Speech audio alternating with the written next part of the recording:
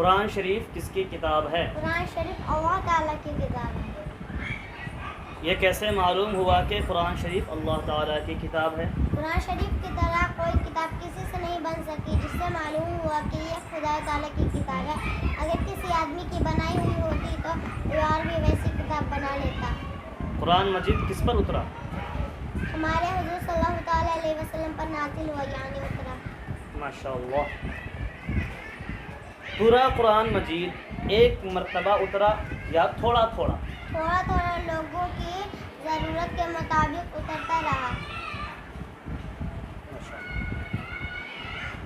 پورا قرآن مجید کتنے دنوں میں نازل ہوا؟ 23 سال میں۔ قرآن مجید کیسے نازل ہوتا تھا؟ حضرت جبریل علیہ السلام قرآن مجید کی صورت یا آیت لے کر آتے اور حضور کے سامنے پڑھتے، حضور اسے یاد کر کے لوگوں کو سناتے، لوگ اسے یاد